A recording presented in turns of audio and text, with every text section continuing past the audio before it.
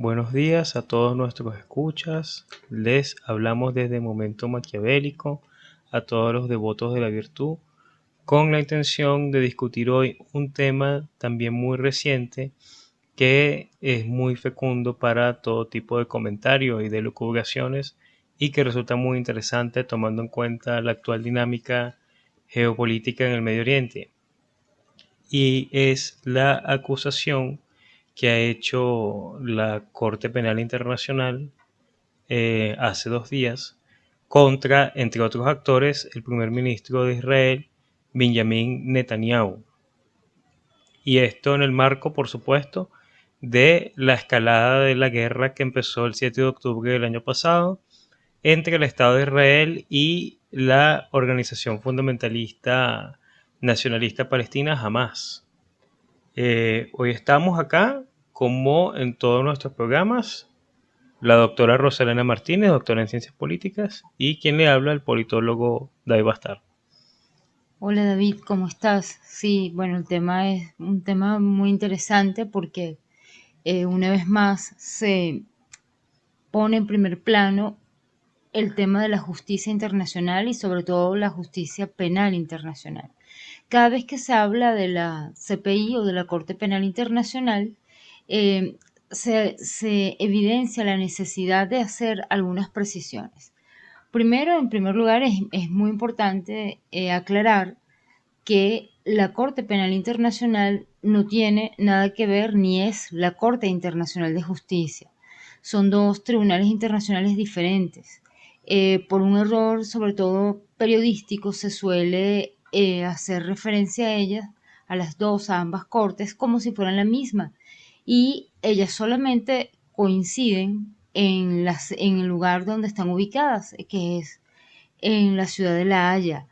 pero la Corte En Internacional de Países Bajos. Justicia le corresponde conocer sobre la violación que hacen los estados del derecho internacional. Por su parte, la Corte Penal Internacional, que se basa en la normativa de su creación, que es el Estatuto de Roma, que se creó en el año 1998, es la que conoce por la comisión de algunos delitos internacionales, entre ellos el genocidio, los crímenes de guerra, los crímenes de lesa humanidad, y por ser un tribunal en materia penal, su jurisdicción no se basa en los estados, sino en las personas, es decir, las personas que cometen o que ordenan, que dan la instrucción para que se cometan este tipo de delitos que ya señalé. Y es, corrígeme si me equivoco, pero es un órgano que se crea precisamente en el marco de las guerras yugoslavas, ¿no? Y de las atrocidades que allí se dieron. Bueno, eso es uno de los antecedentes. El Tribunal Internacional para la ex Yugoslavia Ujú. sirve junto con el tribunal, los tribunales de Nuremberg y de Tokio, sirven como antecedentes para crear un órgano, porque esos tribunales se crearon para conocer de la Comisión de Delitos Internacionales, específicamente en base a un evento internacional. En el caso de la Corte Penal Internacional, ella tiene personalidad jurídica, no depende de las Naciones Unidas, eso es algo que también es importante aclararlo. Hay un convenio que la resolución es la 58-318. Y que no todos los estados suscriben. Así es. La Corte Penal Internacional nace a través del Estatuto de Roma, que es un tratado internacional sobre materia de derecho penal internacional que una serie de países se firmaron y ratificaron y se hicieron parte. Hay algunos que firmaron, luego no ratificaron o posteriormente se retiraron. Eh, en este caso, lo que comentábamos acerca de la razón por la que surge la Corte Penal Internacional es que teniendo estos tres tribunales, el de Tokio, el de Nuremberg y el tribunal que se creó para el caso de la ex Yugoslavia, hay un cuarto tribunal que es para el caso de Ruanda también, que tiene que ver con este tipo de crímenes, de este tipo de delitos internacionales que se cometieron, su atrocidad, aparte de generar un impacto en la comunidad internacional, atenta contra la base del sistema internacional, que es el mantenimiento de la paz. Hay un principio dentro del derecho internacional: para que haya paz debe haber justicia, y la justicia es la que va a garantizar la preeminencia de los derechos humanos, que es un tema transversal para todo el sistema y para la agenda global. Con respecto al tema, antes de hablar directamente de lo que es la acusación hacia el presidente, hacia el primer ministro de Israel, es importante señalar algunas cosas de la Corte, así como lo hemos venido diciendo. Es importante indicar que Rusia, como un dato, digamos, curioso, formó parte de la Corte hasta el año 2016, que se retiró. Estados Unidos ni Israel forman parte de la jurisdicción de la Corte, porque en su oportunidad Estados Unidos firmó el Estatuto de Roma, pero no lo ratificó. Decidió retirarse posteriormente dentro de lo que era la fase de discusión, de elaboración del instrumento. En el caso de Israel nunca formó parte. El tribunal se encarga justamente, una de las razones que justifican o que se convierten en la razón, en la causa, en la idea central de este Estatuto de Roma, tiene que ver con el establecimiento de la responsabilidad de las autoridades que tienen la principal responsabilidad de mantener, de respetar los derechos humanos y de sujetarse al principio de legalidad. Por eso la competencia de la Corte es complementaria. La Corte pasa a conocer y a enjuiciar a los presuntos responsables de estos delitos cuando en los estados los sistemas de justicia no son lo suficientemente diligentes para que se puedan establecer las responsabilidades por la comisión de estos delitos, o cuando el propio Estado obstruye las investigaciones e impide que se pueda hacer justicia por la comisión de estos delitos. Se pudiera pensar que muchas veces este sistema de justicia, tener carácter internacional, por obedecer a un proceso lento que tiene que ver con la complejidad de la investigación sobre la cual obtiene alguna información, o que se inicia con la información que obtiene a través de denuncias que se formulan ante la Secretaría, ante la comisión preliminar que establece la propia Corte, para que luego sea la Fiscalía la que determine que hay elementos para que la Corte continúe investigando. Muchas veces se cuestiona este tipo de decisiones, pero es algo importante cuando este tipo de apertura de investigación o establecimiento de la responsabilidad internacional por la comisión de estos delitos se activa. Es muy importante porque esto a toda la humanidad nos hace ver que es posible, sí es posible, que dentro del sistema internacional, sobre todo hoy en día, que está bastante cuestionado, es posible que existan espacios donde se está en alerta para que ese mantenimiento de la paz, que pasa por el respeto de los derechos humanos y por el respeto a lo que establecen las reglas. En este caso se está hablando de un conflicto que es el conflicto que existe entre Hamas e Israel desde el 7 de octubre del año pasado. En todo caso, el establecimiento el señalamiento y la necesidad de investigar y de establecer la responsabilidad nos hace ver que el derecho que es viable, que el derecho pueda impartir justicia, que tiene una importancia el derecho internacional, y que también los estados deben, a través de sus autoridades, no solamente respetar su ordenamiento jurídico, sino respetar esos compromisos internacionales que muchas veces, aunque el Estado no los ha asumido y no los hace parte dentro de su ordenamiento jurídico, sí obedecen al sentido común, porque además todos buscan lo que es el principio justamente de las Naciones Unidas, que es lo que hace o que justifica su creación, que es el mantenimiento de la paz. Algo que yo considero que es importante resaltar acá, aunque la idea no era eh, explorar solamente la corte, es el hecho de que estos delitos pueden ser tanto contra nacionales del Estado, del cual el funcionario acusado comete los delitos, los crímenes de lesa humanidad, o pueden ser nacionales de otro Estado. Es algo que permite reconocer hasta qué punto se relacionan casos como los de los criminales de lesa humanidad y de guerra serbios, como los casos que actuaron contra nacionales de su propio país, o los casos del conflicto que estamos comentando en este momento. Y asimismo yo quería mencionar que Netanyahu no es el único acusado. Está también del lado israelí el otro funcionario es Yoav Galant, que es el ministro de Defensa. Y es que directamente, al que directamente se le acusa haber ordenado el ataque masivo a civiles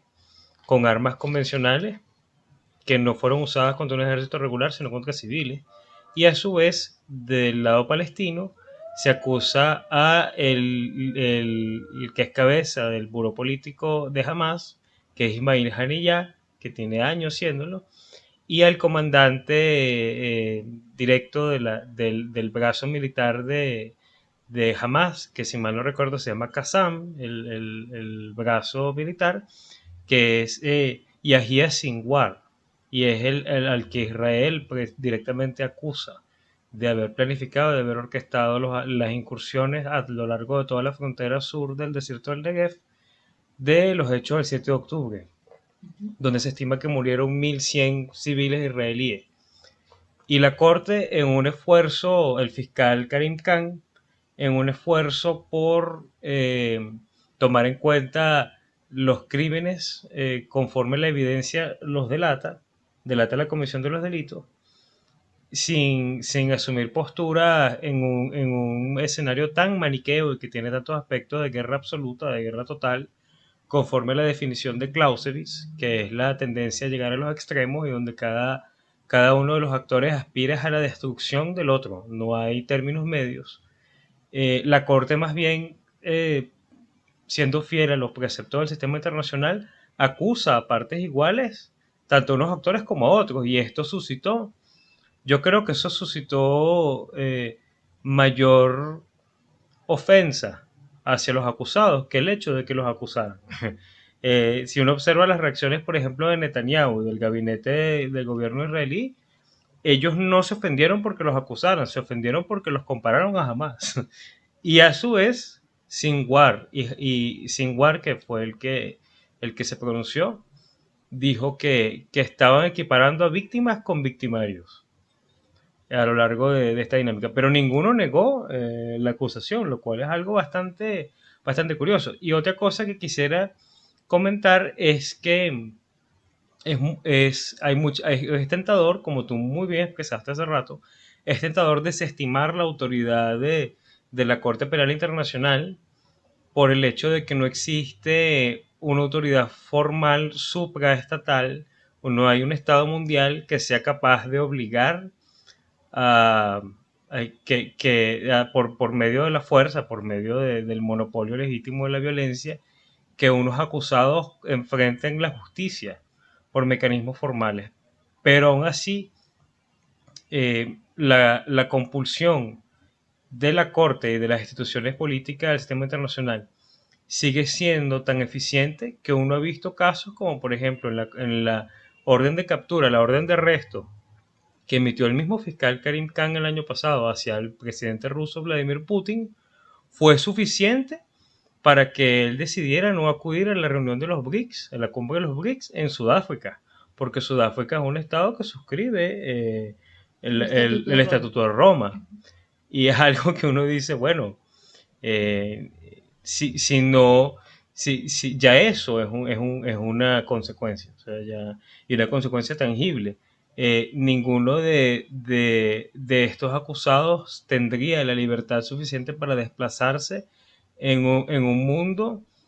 en un orden mundial con actores que sean tan dependientes y tan copartícipes del sistema internacional, porque estarían en riesgo precisamente de enfrentar las consecuencias de esta de la respuesta que el sistema está tratando de dar a este tipo de escenarios. Ahí hay mucho que comentar y creo que es algo que vale la pena destacar por ahora. Sí, también en función de lo que tú comentas, hay cosas bien interesantes. Estados Unidos, que no es parte del Estatuto de Roma, fijó posición y dijo que no, que manifestó no estar de acuerdo con la decisión del fiscal y parte de sus representantes también han expresado que no ha habido genocidio, o sea, no se ha cometido genocidio por parte de Israel. En el caso de Israel, que tampoco forma parte de, no suscribió el Estatuto de Roma y por lo tanto no forma parte no está dentro de la jurisdicción de la Corte, ha circulado la noticia, la información de que ha estado preparando su defensa. Sí, con consultores legales, con asesores legales. Entonces eso quiere decir que hay alguna afectación, hay una incidencia en los actores que han sido señalados o que han por el fiscal con respecto al tema de su responsabilidad. Otra cosa que no se puede, sin lugar a dudas, desvincular de esta decisión ha sido lo que han manifestado España, Noruega e Irlanda, de reconocer o de montar otra vez sobre la mesa la idea de la necesidad de reconocer la existencia del Estado palestino, que casualmente dentro del discurso político en diferentes escenarios surge el tema cuando pues se conoce la decisión del fiscal. Sí, ya que lo comentas, yo aprovecho este inciso para decir que eso me parece un despropósito garrafal y una medida populista y de soft power que nada tiene que ver con el hecho, porque jamás ni se coordina con la Autoridad Nacional Palestina, que es el gobierno de Palestina propiamente dicho, que pudiera tener reconocimiento internacional como Estado y al que por cierto el propio fiscal de la CPI alude como Estado, lo cual es muy importante, ni tampoco estaría de acuerdo en las circunstancias actuales de la composición territorial y que estos estados demuestren con su política exterior, sobre todo los gobiernos de esos tres países, lo que, lo que evidencia es una absoluta incomprensión del entorno y risible por donde se lo vea, porque jamás no estaría de acuerdo ni siquiera con las fronteras anteriores a la Guerra de los 6 días del año 1967 y aspira completamente a una repatriación de Jerusalén como capital de un nuevo Estado palestino de composición étnica mayoritariamente árabe y musulmana, y específicamente sunita, porque eso es lo que esa es la mayoría de los integrantes de Hamas. Entonces, la incomprensión de todos estos hechos que son determinantes, a mí me parece eh,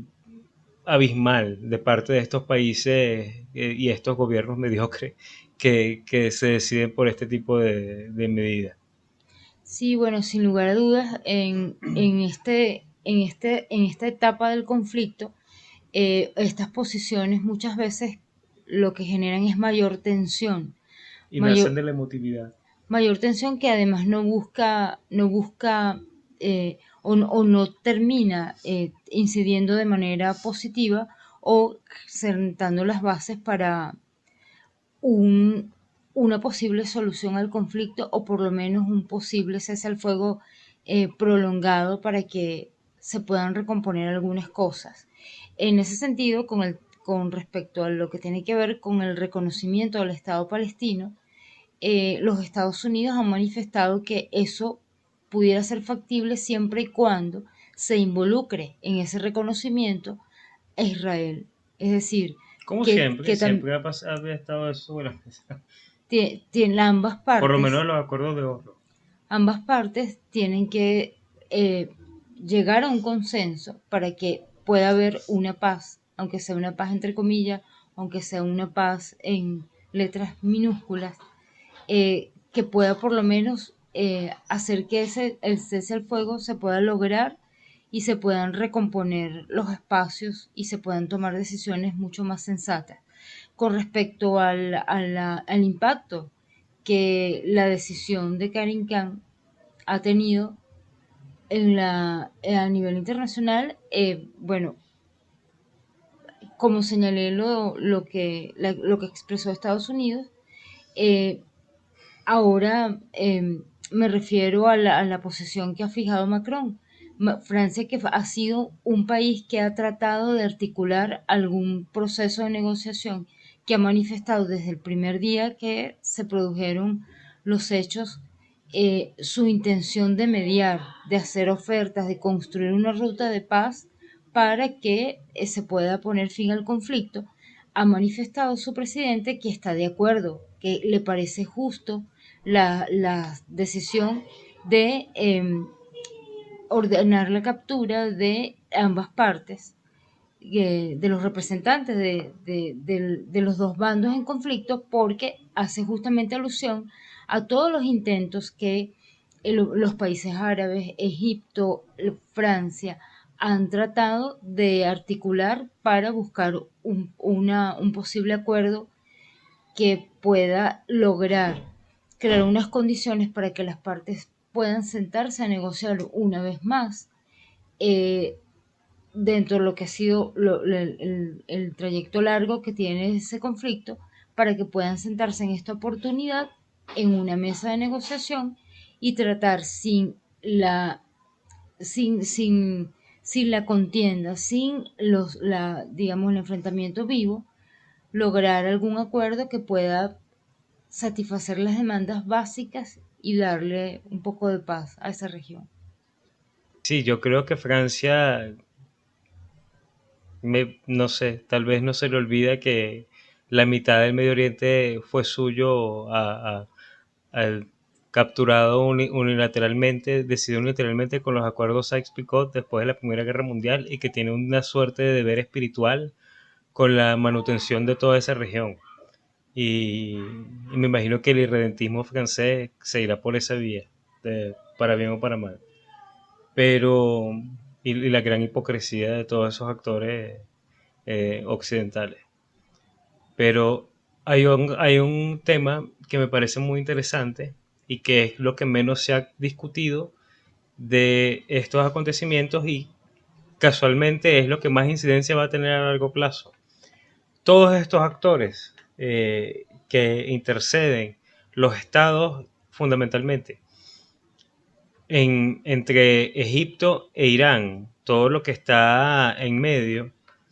se ha demostrado, incluso incluyendo al propio Israel, se ha demostrado paulatinamente más alejado de Estados Unidos y de la esfera de influencia estadounidense y atlántica. A mí me parece que eso es crítico. De hecho, la Liga Árabe auspiciada, dirigida en los últimos días fundamentalmente por Qatar, que ha sido intercesora entre los representantes de Hamas y las potencias que, no mediando directamente con las autoridades palestinas, están tratando de posicionarse a favor de Hamas en el conflicto y a favor de la resolución del conflicto. La Liga Árabe estuvo de acuerdo por primera vez. La Liga Árabe no lo hizo en 1947, cuando las Naciones Unidas estaban votando por la creación de dos estados, uno que iba a ser judío y otro árabe. La Liga Árabe no lo hizo en ese momento y lo está haciendo en este momento. Y en un momento en que, por cierto, Irán y Arabia Saudita tienen relaciones diplomáticas por primera vez de la revolución islámica en Irán. Y el propio Israel, después de que el Departamento de Estado y el Departamento del Tesoro de Estados Unidos expresaran críticas a diferentes funcionarios, e incluso se planteó la posibilidad de sancionar un batallón de la Fuerza de Defensa de Israel por los abusos y los crímenes de guerra.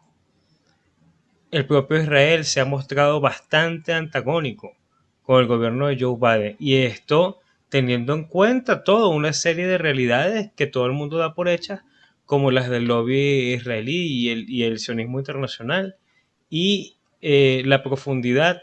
de todos los mecanismos de soft power, de poder blando israelíes dentro de la sociedad estadounidense y dentro del establishment,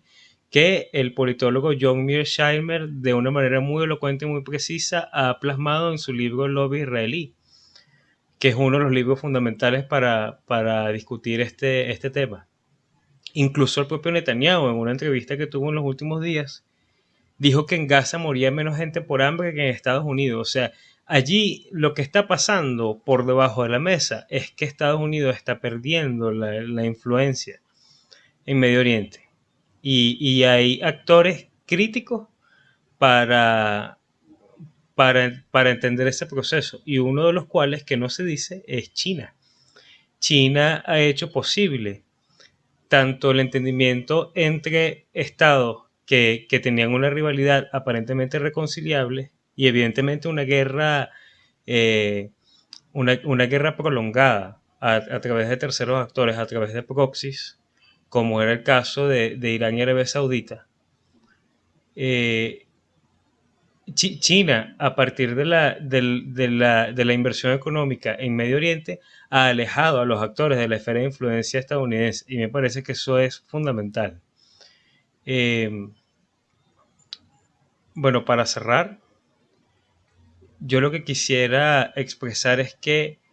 la noción de Estado moderno, como la conocemos en Occidente, es atípica. A Medio Oriente es atípica, así como lo es en otras regiones muy, muy delicadas y muy complejas del teatro mundial, del teatro político. Y precisamente por esa razón, la paz como sistema que surge en Occidente en el siglo XVII con la paz de Westfalia y a través de las tesis kantianas de la paz perpetua de Kant y de Leibniz y que tanto han forjado el idealismo en la diplomacia, eh, simplemente es ajeno a ese entorno, es aprehendido como algo tercero, algo foráneo, pero no es característico de allí. Allí las soluciones siguen siendo completamente medievales, con características modernas, pero medievales. Por eso es muy difícil, desde mi punto de vista, casi que imposible, que la tutela internacional, aun con todos los mecanismos perfectibles y confiables y autorizables que se le haya podido dar después de la Segunda Guerra Mundial y de la guerra yugoslava y de la desintegración de la Unión Soviética, es muy difícil que ese sistema tenga la profundidad civilizatoria para imponerse sobre esos fundamentos sociológicos y políticos de esa región. Sí, bueno, también para cerrar habría que esperar con gran expectativa el momento en que pues se inicie el juicio y cuando salga sentencia. Creo que eso va a ser algo de gran impacto y bueno, veremos cómo si esa decisión logra reivindicar un poco la fe o la confianza en el derecho internacional o si más bien terminará cuestionando a la Corte Penal Internacional y generará aún más el descreimiento acerca de estas instituciones internacionales por la característica de anarquía que identifica el sistema. Esperemos, yo apuesto más por lo primero, creo que el tema de la justicia es importante y creo que ha sido importante como aún no estando dentro de la jurisdicción de la Corte, Israel ha pensado pues dar respuesta, preparar su defensa, creo que eso ha sido algo importante y también que a través de las maneras como han sido, cómo se han generado respuestas, el hecho de que esa decisión haya permeado en diferentes espacios, generando pues posiciones al respecto que vinculan a los actores y a la zona en conflicto y que indudablemente pues tienen que ver, por lo menos así lo veo yo, con esa decisión del fiscal de la Corte Penal Internacional. También hay otro aspecto que considero que es importante a partir del comentario que has hecho, que es el hecho de que como Israel a fin de cuentas es un Estado liberal, y secular, hay actores dentro del sistema político que pueden cambiar las circunstancias y el gobierno de Netanyahu pudiera terminar precisamente por la presión de todos estos acontecimientos. Y hay internamente ONGs, movimientos sociales y también, por supuesto, partidos políticos y coaliciones que pueden cambiar la correlación de fuerzas y a través del Knesset, que es el Parlamento israelí, puede haber otro gobierno de una tendencia completamente neutral, como es algo que está pidiendo, entre otros, el diputado Yair Lapid de, de Yesh Atid, uno de los partidos políticos de centro de Israel, probablemente el más importante. Y en ese caso habría un gobierno mucho más conciliarista y mucho más dispuesto a negociar, pero eso no significa que las características de, de los otros actores en el conflicto del propio Hamas también se vayan a acoplar a esta dinámica. Yo creo que hay una paradoja o donde las cosas o se radicalizan completamente o se enfrían. No necesariamente hay un punto intermedio y curiosamente es eso, esa es como que la constante en el Medio Oriente. Sí, bueno, esperemos a ver qué pasa. Nos toca esperar. Así es. Bueno, muchas gracias a todos nuestros escuchas, espero que hayan tenido un excelente día y gracias por escuchar.